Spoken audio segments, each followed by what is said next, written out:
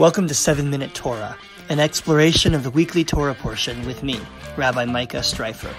If you enjoy this podcast, please feel free to subscribe or comment or share it with a friend.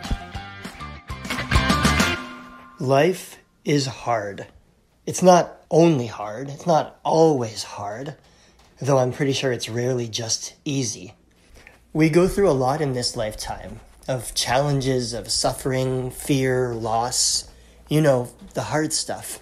And if the Torah is meant to be a story about real life, which it is, by the way, even if the stories in it are not literally true, they're meant to mirror the experiences we have in the real world.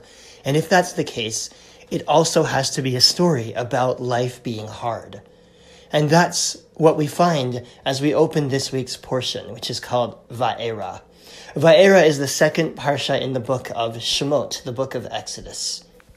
Last week, as we opened this new book, we saw the Israelites in slavery in Egypt, and we met Moses, who was called by God to go to Pharaoh and demand that Pharaoh let my people go, as the song says and as Charlton Heston says in the old movie. And as we pick it up this week, Moses is once again called to go back to Pharaoh, in fact, again and again and again with that same demand. This will be the beginning of that familiar story of the 10 plagues. Moses goes to Pharaoh. Pharaoh refuses to let the people go. God sends a plague. Pharaoh says okay, but then he hardens his heart, or God hardens his heart, and the whole story starts over again. It's a brutal story, though a familiar one to anyone who's been to a couple of Passover Seders. But before any of that, Moses first has to go to the Israelites to let them know that he's here to free them. And when he does, something unexpected and instructive and kind of tragic happens. It says, Vaydaber Moshe el bnei Israel. Moses says all these things to the people of Israel. I'm here to free you. God has heard you. Let's go. Ve'lo sham'u el Moshe mikotze ruach u'me'avoda kasha. But the people did not listen to Moses because their spirits were crushed from hard labor. We might have thought that after 400 years of slavery, the Israelites would be happy to see Moses show up, telling them that he's here to free them. Instead, they barely give him a look. So what's going on here? Why aren't the people happy to see Moses? The medieval commentators point out that the text doesn't say that the people didn't believe Moses. It says, Lo sham'u elav, they didn't listen to him. So these people didn't look at Moses and say, nah, we don't believe you, we don't believe in you. Instead, they didn't even get to the stage of listening to him. And the reason is because of kotzer ruach. We translated this before as their spirits were crushed. But what it literally means is a shortness of spirit. The people didn't listen to Moses because they were short on spirit from all the years of slavery. So now we're getting into things that might feel familiar. In fact, shortness of spirit sounds a little bit like shortness of breath. This morning I got up and went for a run like I do some mornings. I'd like to say many mornings, but that would be a lie. At any rate, part of this run involved sprinting up a hill. When I got to the top of the hill, I was out of breath. I no longer could breathe the way that I could a few minutes ago because I had so overused my capacity to breathe. And I think that's a little bit like this shortness of spirit. In fact, the commentator Rashi points out something a lot like that one who is in distress has used up or is short on ruach, on spirit.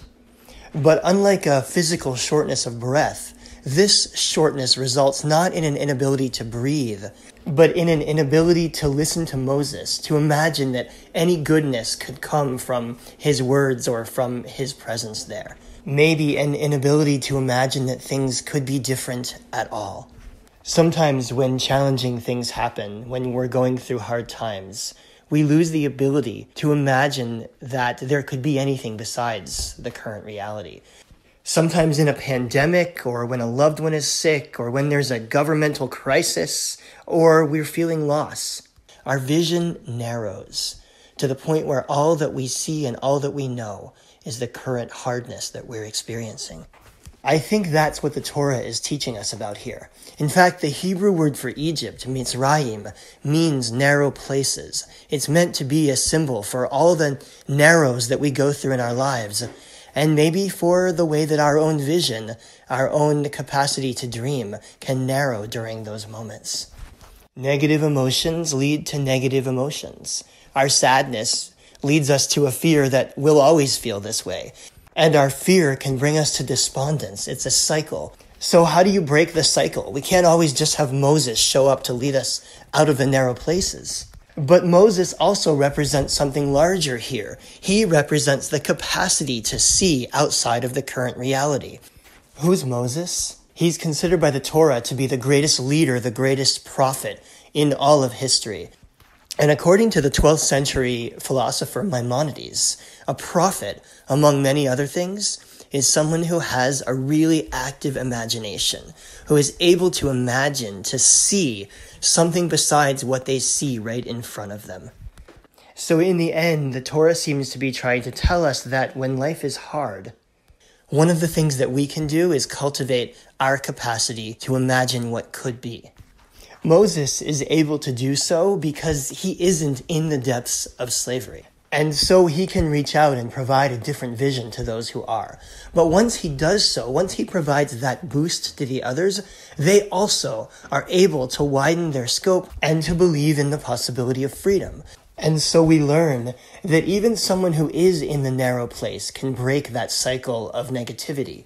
When we reach out to each other, when we build supportive community, when we take care of ourselves, our own physical and spiritual and psychological needs, sleep, food, prayer, meditation, community, learning. When we cultivate our capacity for thankfulness, to see the goodness around us, we lead ourselves out of the narrow places. And just like the negative emotions are a cycle, so can the positive be. Feeling supported leads us to a sense of gratitude, and gratitude leads us to want to support others. So during hard times, and let's be honest, we're going through hard times, let's remember that we have an incredible capacity for tikkun, for repair, to support ourselves and support others and work together to make the world better. After all, if Moses could bring freedom to the slaves, then anything is possible. Thanks for listening. Have a great week. Thanks for listening to 7-Minute Torah. If you enjoyed this program, please leave a review or a comment, and please pass it on to a friend. You can also subscribe on iTunes, Spotify, Google Play, or wherever you listen to podcasts. Have a great week.